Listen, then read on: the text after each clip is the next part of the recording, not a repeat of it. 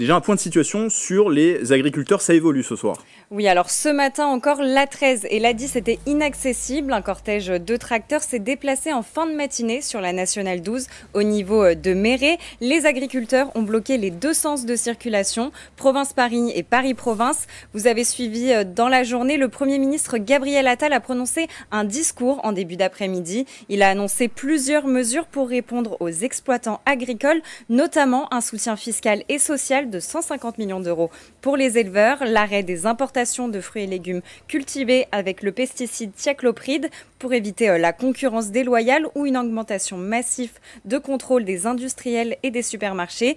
La FDSEA et les jeunes agriculteurs appellent à suspendre tous les blocages, mais à Epaune, la situation reste pour le moment inchangée. La route est toujours bloquée au moment où je vous parle. On suit bien sûr cette situation avec attention. Alors la colère a aussi grondé du côté des enseignants aujourd'hui. Oui, les professeurs de maternelle, du primaire et du secondaire se sont mobilisés aujourd'hui. Avec ce rassemblement lancé par les syndicats, ils voudraient obtenir une augmentation salariale, de meilleures conditions de travail et dénoncent le manque de moyens et de remplacement. Ils protestaient également contre la réforme du choc des savoirs instaurée par Gabriel Attal, ancien ministre de l'Éducation et actuel Premier ministre.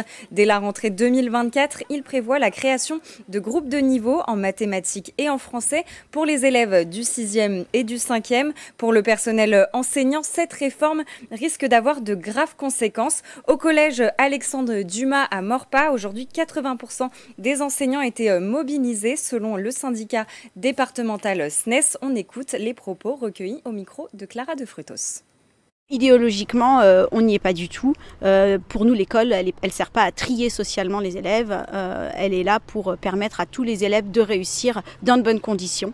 On n'a pas de texte réglementaire, on n'a pas de décret, donc on doit appliquer une réforme sans s'appuyer sur ni des moyens, ni des textes, donc on est complètement désemparé. C'est une catastrophe pour nous, sans compter ensuite les dégradations de conditions de travail que ça entraîne en cascade. Suite à cette réforme, on va devoir faire des alignements pédagogiques, une progression commune mathématique, une progression commune en français, ce qui va nous restreindre notre pédagogie et notre liberté pédagogique. À force de coups de nouvelles réformes, à force de décrets, les professeurs sont fatigués, épuisés et on commence à en avoir marre de tout ça. Et des parents d'élèves aussi étaient présents ce matin pour soutenir les professeurs en grève. On est là de toute façon pour les enseignants qui sont de qualité et pour surtout nos enfants. Quel est l'avenir de nos enfants en fait qui vont arriver dans les prochaines années finalement. Donc c'est aussi surtout pour ça qu'on est là aujourd'hui. Et des chiffres qui nous sont parvenus il y a peu par l'Académie de Versailles sur la mobilisation des enseignants. Aujourd'hui, selon l'Académie de Versailles, 35% des enseignants étaient mobilisés dans les collèges, un peu plus de 13% chez les enseignants des lycées généraux et technologiques et environ 18%, un peu moins même de 19% chez les professeurs de primaire. Autre actualité, Gabriel, c'était il y a 70 ans, l'abbé Pierre lançait un appel. Oui, un appel à l'aide, on peut même dire, prononcé il y a 70 ans, vous l'avez dit, et qui résonne toujours aujourd'hui. Le voici. Mes amis, au secours, une femme vient de mourir gelée cette nuit à 3h sur le trottoir du boulevard Sébastopol. Ce message d'indignation reste encore d'actualité. En 2023, ce sont 330 000 personnes qui dorment dans la rue, contre 143 000 en 2012 en France, selon le rapport de la Fondation Abbé Pierre de 2024. À cette occasion, le centre Emmaüs de Bougival organise du 1er au 3 février des expositions et des projections pour partager l'histoire de l'homme d'église qu'était l'abbé Pierre. Une information qui va intéresser les jeunes qui s'interrogent sur leur avenir. Comme chaque année, Guyancourt aide les étudiants dans leur orientation.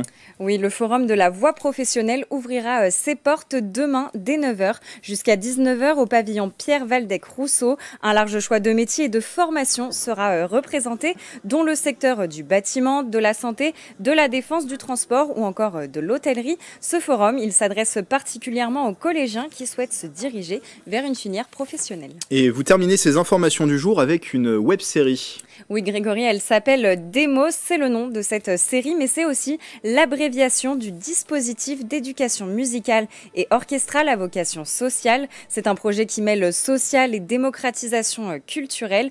90 enfants qui habitent sur le territoire saint-quentinois, dans des quartiers qui relèvent de la politique de la ville, sont concernés. Leur aventure a commencé en 2022 lorsqu'ils ont rejoint l'orchestre. Elle se terminera en 2025 avec le concert de fin de cycle. Alors la web-série vous permet de suivre leur progression et leur évolution. 2 épisodes sont déjà en ligne sur la chaîne YouTube de Saint-Quentin-en-Yvelines. Merci Gabriel, et comme d'habitude, si vous aussi près de chez vous, vous êtes témoin d'une actualité qui vous fait réagir dans les Yvelines, n'hésitez pas à la partager sur les réseaux sociaux en utilisant le hashtag 78news.